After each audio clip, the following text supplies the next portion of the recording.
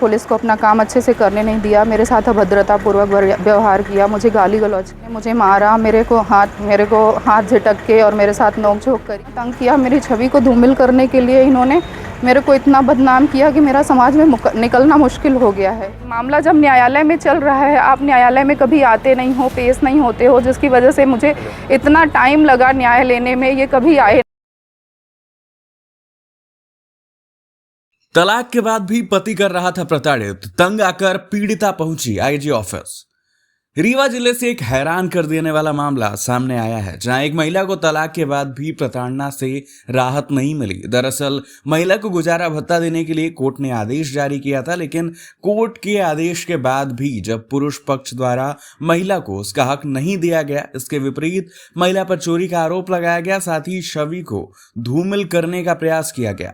अन्य सुनवाई में न्यायालय ने कुर्की का आदेश दिया और जब कुर्की की प्रक्रिया पूरी की जा रही थी, उस दौरान भी पीड़िता से अनावश्यक नोकझोंक की गई और पुलिस के काम में भी बाधा डालने का प्रयास किया गया, जिससे तंग आकर पीड़िता शिकायत लेकर आईजी कार्यालय पहुंच गई।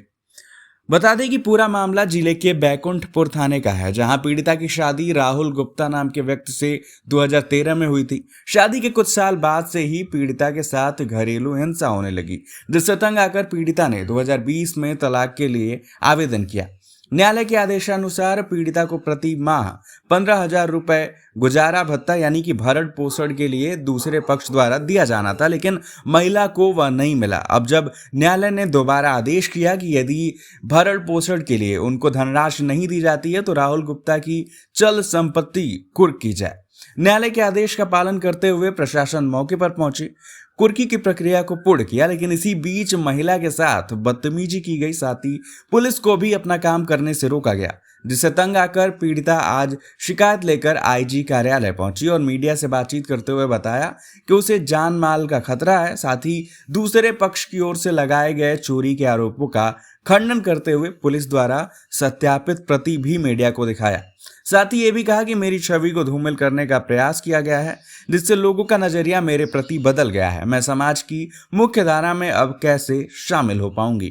पीड़िता ने इसके साथ ही हिंसा के साक्ष्य तस्वीरों के माध्यम से पेश किया। देखिए पीड़िता ने क्या कुछ कहा। मैंने राहुल गुप्ता के साथ मेरा विवाह हुआ था 2013 में, 27 नवंबर 2013 को, और शादी के बाद हमारा 2 साल तक तो सब कुछ ठीक रहता रहा। जब हमारी शादी हुई तो साधु श्री गार्डन से हुई थी, हिंदू रीति रिवाज के साथ, और रीवा में इनका घर था, जहाँ पहले हम इनका पैतृक मकान बैकुंठपुर में है, शादी करके हम लोग वहाँ गए थे। वहाँ से आने के बाद हम लोग रीवा में रहते थे, क्योंकि इनका बिज़नेस रीवा में था, घर भी इनका रीवा में था। हमारी शादी में इनकी मांग के हिसाब से सारा सामान दिया गया, सारी चीज़ें दी गई, शादी में इनको दहेज भी दिया गया। उसके बाद थोड़े दिनों तक तो ठीक चलता रहा, फिर थोड़े दिनों बाद इन्होंने क्या किया, मेरे साथ प्रताड़ना शुरू कर दी, मारपीट, गाली गलौज। मैं अस्थमा की पेशेंट हूँ, ये सिगरेट पी के और धुएं से घर को भर देते थे, क्योंकि मुझे परेशानी होती थी कि जाओ अपने माँ बाप के घर से दहेज लेकर आओ। इन्होंने 2019 में मेरा हाथ काटा था, सेंटर टेबल को तोड़कर। सेंटर टेबल तोड़ा था और टीवी तोड़ी थी, मेरा उस कांच से इन्होंने मेरा हाथ काटा था, जिसका ये फ़ोटो है। ये मेरे घर का फ़ोटो है, ये इन्होंने काटा था और ये घर में मैं बैठी हुई हूँ। ये रीवा के घर का फ़ोटो है, ठीक है। ये हमने कोर्ट में लगा रखा है। एक्चुअली हमारा जो मामला है वो न्यायालय में चल रहा है, ये न्यायालय में कभी उपस्थित नहीं होते हैं। वहाँ से हमारा मेंटेनेंस का ऑर्डर हुआ, 2020 में हमने मेंटेनेंस का केस फाइल किया था। 2022 में तृप्ति मैडम के यहाँ से ये ऑर्डर हुआ था कि आपको 15,000 रुपये महीने का भरण पोषण देना है, जिसका ये ऑर्डर है। 15,000 रुपये महीने 2020 से इनको देना था, 2022 में ये ऑर्डर हुआ था। साथ ही साथ हमारा तलाक हुआ था 2022 में, ये हमारा तलाक का भी ऑर्डर हुआ था। ये तलाक की डिक्री है। ये कोर्ट में कभी नहीं आए, कभी प्रेजेंट नहीं हुए, और ना ही इन्होंने हमारा मेंटेनेंस का पैसा कभी भी दिया। इसके लिए मैंने मेंटेनेंस वसूली का केस फाइल किया।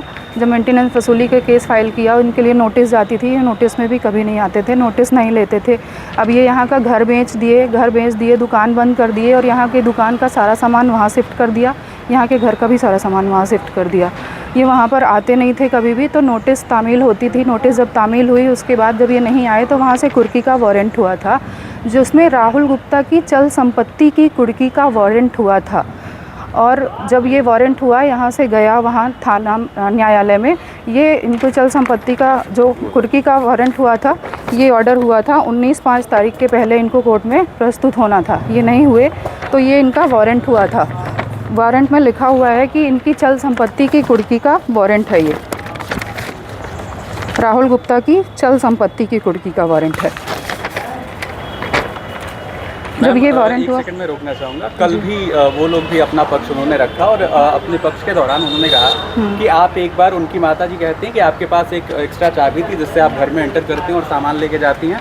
फिर जो राहुल गुप्ता हैं उनका बयान था कि आप ताला तोड़ के उससे पहले अंदर घुसी हैं और वहाँ से सामान लेके गई हैं। देखिए इन्होंने क्या हुआ, जब हम घर से, इन्होंने मुझे भगा दिया। जब मैं गई, मैंने थाना सामान में रिपोर्ट फाइल कर दी। पहले तो महिला थाना में 19 तारीख को मैंने आवेदन दिया था और 21 तारीख को हमारा रिपोर्ट जो है FIR ये समान थाना में हो गई थी। जब वहाँ पर हो गई, उसके बाद हम उनसे आग्रह करने गए थे कि सर मेरा कपड़ा वगैरह दिलवा दीजिए इनसे पहनने का, ये कुछ नहीं दे रहे हैं। तो पुलिस से हमारे इतना आग्रह करने पर पुलिस वालों ने इन्हें बुलाया था समझौते के लिए कि आप बात कर लो, इनका सामान वगैरह जो है दे दो।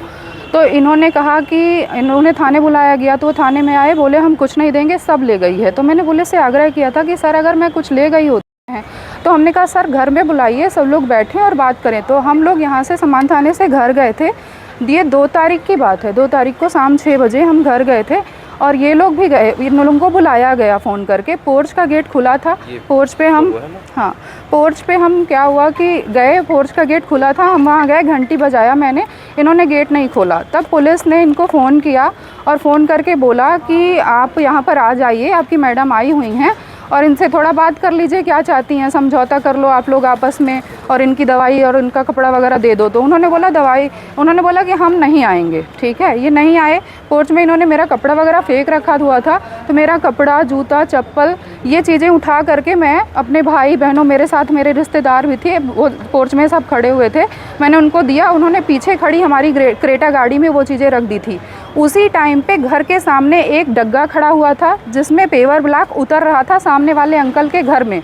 उन्होंने वो गलत न्यूज़ दी विंध्या पोर्टल में और उन्होंने ये बोला कि मेरा डग्गा खड़ा था और उसमें मैंने सामान लादा है, जबकि उस वीडियो में पूरा दिख रहा है कि डग्गा मेरा नहीं, डग्गा में कोई सामान लादा नहीं गया है, बल्कि डग्गे से पेवर ब्लॉक सामने वाले अंकल के घर में उतर रहा था। तो इन्होंने समाज में मेरी छवि धूमिल करी, ऐसा बोल करके। और इसके बाद इन्होंने मुझे बहुत परेशान किया। ये डग्गा है, ये उसके इन्होंने फ़ोटोज़ वीडियोज़ लगाए थे, जिसका सत्यापित प्रति मेरे पास है, जिसकी जांच हुई थी CSP ऑफिस से, हम सबके बयान हुए थे और इसमें प्रशासन ने कार्यवाही की थी।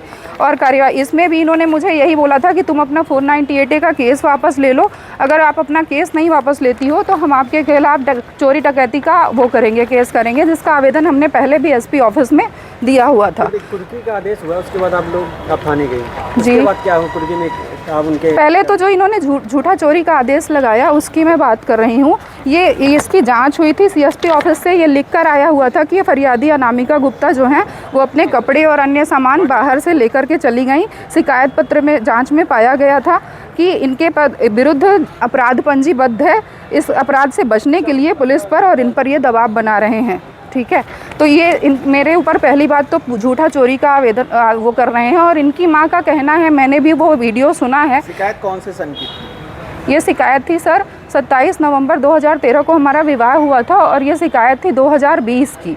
21 तारीख को 2020 में मैंने अक्टूबर में केस फाइल किया था। आएगी आपकी साइने की नौबत क्यों आई है? सर इन्होंने कल मीडिया में मेरे खिलाफ बहुत कुछ बोला है, झूठी अफवाहें उड़ाई हैं, पहले भी झूठी चोरी का आरोप लगा रहे हैं जिसकी जांच हो चुकी है, ऐसा कोई भी चीज़ नहीं था।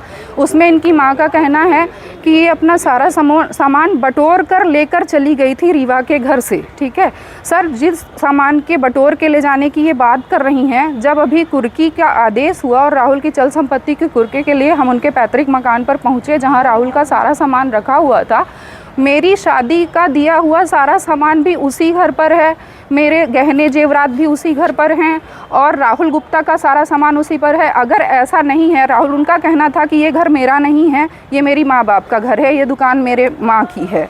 अगर ऐसा नहीं है तो उस घर से राहुल की चेक बुक मिली, उस दुकान से राहुल की चेक बुक मिली, राहुल की पासबुक मिली, राहुल की बिलट उस घर में खड़ी हुई है, उनकी अलमारी, उनके द्वारा खरीदे गए टीवी और ये जिस चीज़ का पुलिस द्वारा आदेश हुआ था कुर्की करने का, वो सारा सामान उस घर पे मिला। उस घर से ही उस चीज़ों को बरामद किया गया। उसमें लॉकर भी लिखा था। राहुल का लॉकर जब खोला गया, उन्होंने उसका कोई भी सामान लाने का नहीं, उन्होंने न्यायालय के आदेश का उल्लंघन किया, पुलिस के साथ कार्यवाही नहीं, पुलिस के साथ कोऑपरेट नहीं किया, अपनी कार्यवाही नहीं करने दी। आप देखिए इसमें लिखा हुआ है फ्रीज सैमसंग का, टीवी, एलईडी, अलमारी डबल डोर, फ़ोन एप्पल का, लैपटॉप, लोहे की centre table, AC, washing machine, fridge, sofa, cooler, locker बड़ा आदि।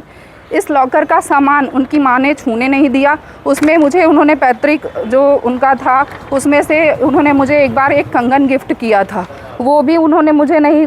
मैं सिर्फ ये कह रही थी कि इस लॉकर के सामान के लिए जब्ती लिखी हुई है, मैं अपने घर तो ले नहीं जा रही हूँ, पुलिस सबके सामने ये काम कर रही है, बट वो उसमें से एक कंगन और कुछ सामान जो है वो पुलिस ने जब्ती करी थी, मेरे तिलक में दिया हुआ, सगाई में दिया हुआ सामान। मतलब कि इन्होंने जो झूठा चोरी का आरोप लगाया था मेरे ऊपर, वो सारा सामान इनके घर पर ही है, जिसको ये कह रही हैं कि इनका घर है, राहुल का उसमें कोई हिस्सा नहीं है। ऐसा कुछ नहीं है। राहुल उस घर में रहता है, उस दुकान को राहुल संभालता है। यहाँ पे जो वन स्टॉप सुपर शॉप के नाम से दुकान थी, वहाँ का सारा सामान, सारा सेटअप, वहाँ का काउंटर, फर्नीचर, सामान, सब कुछ जो है उस घर में ले जा करके और पैतृक मकान में वहीं पर चलाया जा रहा है, जिस दुकान को राहुल गुप्ता रन कर रहे हैं आज भी। पुलिस पर भी आरोप लगाया अभद्रता का। पुलिस पर आरोप अभद्रता का लगाया है। वो आरोप प्रत्यारोप लगाना दुनिया का काम है, लेकिन पुलिस को इन्होंने पुलिस के साथ कोऑपरेट नहीं किया, मेरे साथ कोऑपरेट नहीं किया, मुझे गाली गलौज की। स्पेशली उनकी मम्मी ने मुझे चुट्टी, साली और इस तरह की गालियाँ का उपयोग किया, मेरे साथ सीना वो झपटी करी, मेरा हाथ पकड़ के किनारे किया, मुझे उन्होंने हाथ उठाकर मारा। और पुलिस जब कह रही थी कि आप ये चीज़ें मत करो, हम न्यायालय के आदेश से आए हैं, तो उन्होंने ये करने में बहुत परेशानी करी और पुलिस वालों के साथ भी अभद्रतापूर्वक व्यवहार किया, बहुत बाधा उत्पन्न किया उन्होंने इन सारे कार्य में। साहब ने क्या कहा? आईजी सर के पास मैं आवेदन के लिए गई थी। आईजी सर ने कहा है कि हम बैकुंठपुर टीआई को बुला करके और इस सारे मामले को हम फिर से इसका जांच करेंगे, और वो पहले भी कर चुके हैं। प्रशासन के तरफ से शायद केस फाइल हुआ है, और क्योंकि वहाँ पर बहुत लोगों ने अभद्रता की थी हमारे साथ भी, और पुलिस को कार्यवाही करने नहीं दे रहे थे। हम लोग गए थे, मैं 3 दिन गई थी वहाँ थाने में हर दिन इसके लिए कि सर इस पर आप जो है कार्यवाही कीजिए। तो उनका कहना था कि हमारे पास महिला बल नहीं है, तो हम ये कार्यवाही जो है जब महिला बल होगी तभी कर सकते हैं। जब मैं 2 दिन 3 दिन गई कि सर 19 तारीख की डेट है, प्लीज़ आप इसमें कार्यवाही करें, तो 18 तारीख को उन्होंने महिला बल की व्यवस्था करी और उसके साथ हम लोग उनके घर पे गए। घर पे उन्होंने उनके बड़े पापा पहले बाहर खड़े थे, उन्होंने इस आदेश को पढ़ा, उसके बाद हम लोग घर के अंदर एंटर किए, पुलिस वाले एंटर किए और मुझे पहचान के लिए बुलाया गया कि कौन सा आपका सामान है। जब गए तो उसमें ये सामान उठाने नहीं दे रहे थे, ले जाने नहीं दे रहे थे, उसमें कुछ सामान बरामद किया गया और वो पुलिस के पास जब्ती है। जिस तरह की भ्रामक खबरें चल रही तो क्या आप जो खबरें चल रही उनके खिलाफ भी से यही आग्रह करना चाहूँगी कि किसी के बारे में झूठी अफवाहें ना फैलाएं, क्योंकि इससे एक औरत की मर्यादा भंग होती है। पहले भी इन लोगों ने ये चीज़ करी थी 2020 में, जिसके बाद मेरा जीना रहना मुश्किल हो गया था यहाँ पर, और बहुत तकलीफ़ हुई मुझे उस वजह से, क्योंकि सारा कोर्ट मामला जब न्यायालय में चल रहा है, आप न्यायालय में कभी आते नहीं हो, पेश नहीं होते हो, जिसकी वजह से मुझे इतना टाइम लगा न्याय लेने में। ये कभी आए नहीं, तामीली कभी भी नहीं आए न्यायालय में, तो इस वजह से मुझे बहुत प्रॉब्लम फेस करनी पड़ी। मैं समाज में कहीं भी निकलती हूँ, लोग मुझे इस नज़र से देखते हैं कि मैंने चोरी की है, जबकि ऐसा कोई भी वो नहीं है। और मैं बहुत दुखी हूँ, इस वजह से बहुत परेशान हूँ। मेरी छवि को तो धूमिल कर दिया गया। एक बार हमेशा यही धमकी दी जाती है कि अगर तुम वहाँ पे कुछ करोगी, तो अगर तुम न्यायालय में न्याय के लिए मांगने जाओगी, वहाँ से अपना केस वापस ले लो, अगर ऐसा करोगी तो मैं मीडिया में तुम्हें बदनाम कर दूँगा, हमारे शादी के टाइम के फ़ोटोज़ वीडियोज़ जो हैं वो वायरल कर दूँगा। ऐसी चीज़ें ये मुझे धमकी देते रहते हैं हमेशा, और मैं बहुत परेशान हूँ, बहुत त्रस्त हूँ इस चीज़ से। और उनकी माँ गलत आरोप लगाती हैं। उनकी बातों को आप खुद सोच लीजिए कि वो कहती हैं कि ताला तोड़ कर घुसे, वो कहते हैं कि ताला तोड़ कर घुसे, उनकी माँ कहती हैं डुप्लीकेट चाबी थी, जबकि हम लोग घर के अंदर एंटर ही नहीं किए थे, पहले भी ना हम घर के अंदर गए थे। अगर ऐसा कुछ होता तो मेरी शादी का मिला हुआ सारा सामान आज भी, कुर्की करते समय वीडियोग्राफी हुई थी, उस सारा सामान आज भी उस घर में रखा हुआ है। जो राहुल की चल संपत्ति का कुर्की का वो आदेश था, ना कि मेरे दहेज के सामान को ले जाने का। वो दहेज का सामान नहीं था, वो वहीं पर है और वो पुलिस के पास ही जब्त है। आज भी उनके पास वो मतलब वहाँ जब हुआ तो वो पुलिस के पास जब्ती हुई थी, ना कि मुझे कुछ दिया गया था, जो मेरे ऊपर झूठे आरोप लगाए जा रहे हैं।